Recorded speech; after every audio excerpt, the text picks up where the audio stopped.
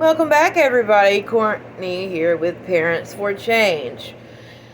I was brought to my attention that this week they are determining if our superintendent, Mr. Stephen Fisher, should receive a pay raise. Now, the sitting board members that we have are divided. I don't know how much, but I don't think it's that much.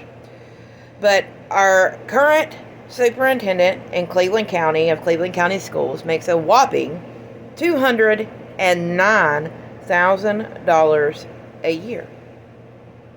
He is the highest paid superintendent in all the counties surrounding Cleveland County. Now that raises some red flags for me there, because we're surrounded by South Carolina. And he even makes more than the superintendent that surrounds us in South Carolina.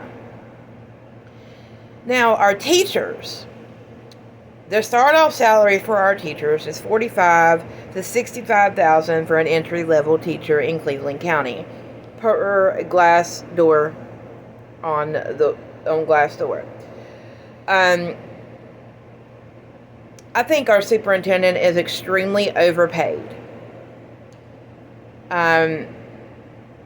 The board members are going to be pressured into giving this man a raise, because this man gets what he wants, because he will throw the hugest temper tantrum, and he will make their life a living if they don't comply. He likes to do things dirty and go after people, their family, their friends, make their life hell. And I, for one, if you're a sitting board member, a sitting whatever with any position of power, if you have to do that in order to make people respect you or to get a raise or to do any of that, you really don't deserve that position.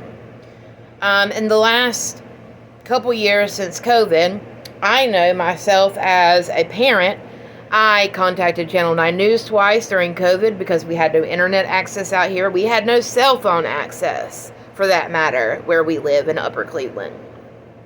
I'm a huge advocate for what's right is right and what's wrong is wrong. Our children are our future, and with this gentleman and most of the gentlemen that we do have sitting on the school board now, it is not about our children. It is about their pocketbooks and what they can obtain. For a long time, I really thought the new people that we elected onto the board were going to do something. And they kept saying, well, let's split. We can't do this because this, or, oh my God, this and that. And then the newly elected people have now opened up bars and got bukus, and they claim they started with nothing. So I'm just a little, that makes me think, you know what I mean? Because if your true intention was for the betterment of our children, to make sure they got fed good at school, to make sure that they got the highest education that they could receive, then why are we paying a superintendent $209,000 and we can't even pay our teachers a livable salary? And to mind you, we have one of the biggest teacher vacancies that's unheard of. Okay? Because when you sign on for Cleveland County Schools, you're made to sign a piece of paper that you will not speak ill of Cleveland County. And if you speak up about something that's being done negatively, you will be chastised, lies will be made. It's horrible. And that's not what any sitting board member, superintendent, that's not the behavior that we need. And, everybody is worried about what's happening to our President Trump. What's happening in Washington? Well, we have the same dirty shenanigans happening right here at our own front door. And I want to encourage you folks, we outnumber the school board, the school superintendent, 50 to 1. If not 100 to 1, we outnumber them. The amount of money that they get from taxes, the amount of money that they get from the federal government, the North Carolina State Education Lottery. How can this man justify wanting a raise when half our county can't even really afford to put food on the table right now? How can he justify wanting a raise when he already makes $209,000? Let me say that again. $209,000 is what this man makes. Not including to what all he gets free. Free gas, free this, free that. No, I don't have the links to it and I can't prove it, but I know he gets it. I'm not on here to debate. I'm on here because our children matter. We have children that are graduating that cannot read or write. They don't know how to sign a check. They don't know how to do their taxes. They don't know how to do anything that is needed for a living. Some of the principals that we have in positions of power are huge bullies that have got away with felonies and allowing children to commit felonies. Got away with it. I'm just not a big supporter of that. I'm a supporter of children being able to go to school, get an awesome education, and being able to know that when they graduate, they can, do what they need to do to be a successful human. But that's not the case. Most schools and school systems in or around are more worried about money. They're worried about the good old dollar bill and how much of it they can get. And I want to remind you, the week prior to Memorial Day weekend, Mr. Fisher promised me that he would answer to where $300,000 plus or minus has went. We have anywhere from 14,000 to 16,000, 17,000 kids enrolled in Cleveland County schools. The $20 technology fee alone adds up to, give or take, somewhere around the neighborhood of $300,000. I don't know about you, but that's a lot of money. And that's not including, ladies and gentlemen, what they charge for broken chargers. These chargers are $5 to $10 on Amazon. We had schools such as Burns Middle, Burns High, charging $20 for a replacement charger, and having sitting school board members commenting on posts saying, well, why don't you just buy it off of Amazon? Well, I encourage you to think about this. If the local gas station said, well, I get the gas for $3, but I'm going to charge $6, and that's what you're going to pay, how many of you would say, oh, heck no, that ain't happening? That's price gouging. I ain't putting up with that. Well, why is it okay for our local schools to be charging families that? And they're charging $200 for Chromebooks. And kids couldn't even walk across the stage because they owed fees.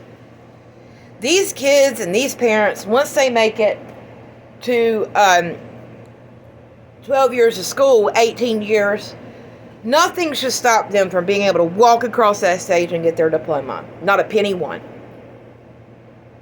Not a penny one should stop them from walking across that stage. They earned it.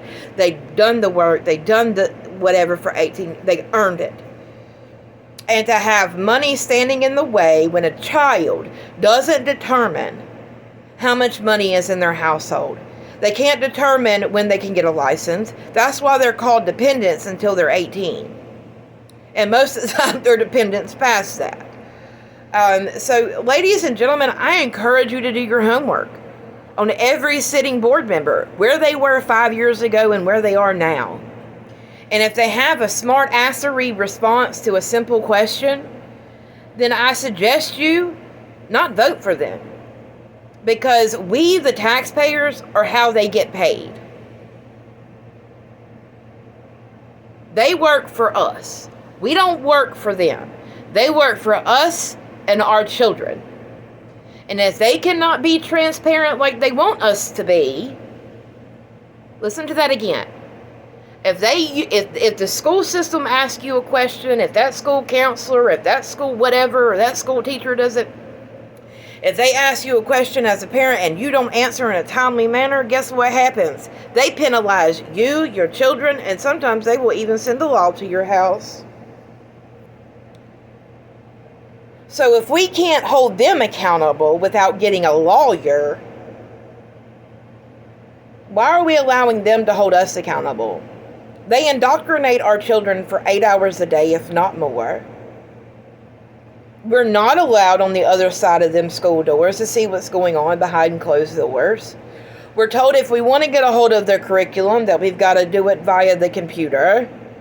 No, we as parents should have a printout of what's being taught to our children. We should be able to freely look at each curriculum and what's being taught to our children.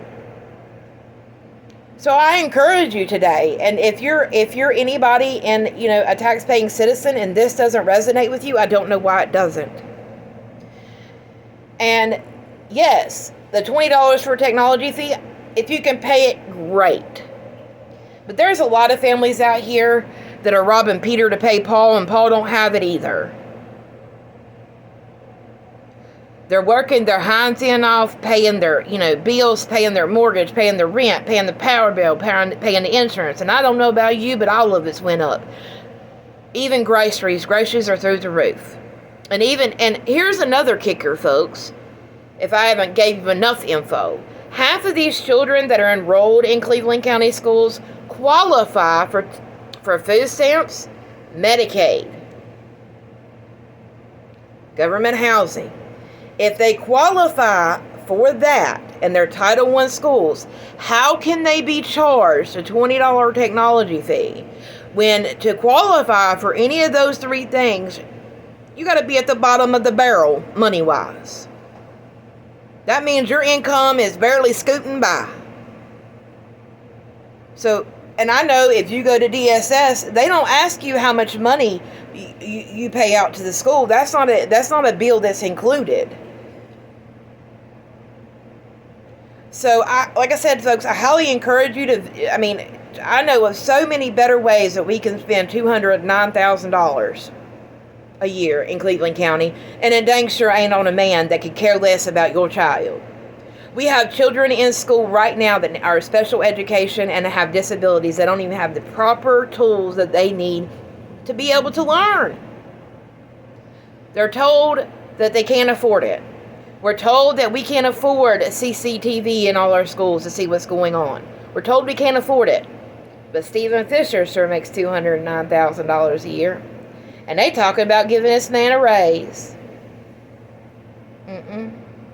No, thank you. He doesn't deserve a raise. He doesn't deserve to make $80,000 a year. He can't answer an email. He can't be transparent. And half the board can't be either. They got their panties, they got the nose so far up in the air.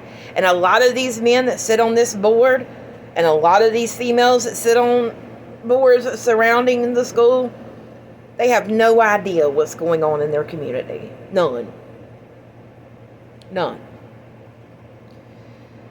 But guys, I highly encourage you to do your research. I get a lot of hate, and I do get a lot of support. And I do all this on my own. As you can see, I ain't nothing special. I'm just a simple old country folk wanting what's better for our children, and knowing that we can get better for our children if we get the trash out. The trash has got to go out to the curb, and it's got to happen this November. Our children matter, and let's show them that they matter. Let's show our children that they matter, folks.